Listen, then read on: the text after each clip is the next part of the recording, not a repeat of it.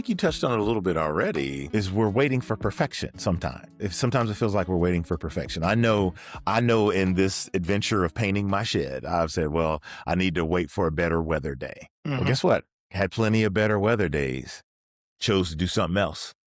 It's like, Yep. oh yeah, this weather's nice. Let me sit on my deck and drink a beer. Or let me go cut the grass, or let me just sit out here in my hammock and things like that. But we talk about waiting for perfection. We want the conditions to be just right because we've visualized what this success looks like, and we think that everything has to be just so for us to be able to get there.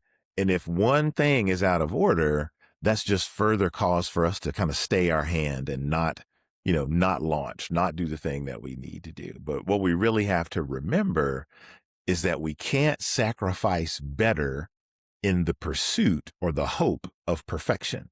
If we're just waiting for perfection, we're never going to move. Yeah, you're right, because especially if it's something that you want to take on that you've never done before, if Hmm. you don't have any experience in it, and you're waiting, and honestly, I think you get to a point where you don't really know what you're waiting for because you've not been in that space before, Hmm. right?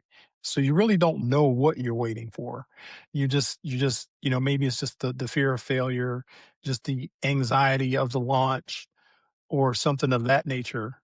Because, like you said, you're waiting on perfection, but there's a part of the outcome, I think, that is going to be made up as you go, because you just don't know what Mm. uh, what lies ahead, or you've never been in that environment or faced with those opportunities before. And that makes sense because you think about when you start a project at work or, even a project around the house, you have an idea of what the end state looks like. But as you get going, let's say you're doing a remodel or renovating something in your house and you want to go, do something on the wall, but you didn't realize that there were pipes in the wall. So as you get started, you gain knowledge as you go that changes the path you need to take. And I think that's just further backup or further confirmation of what you're talking about, where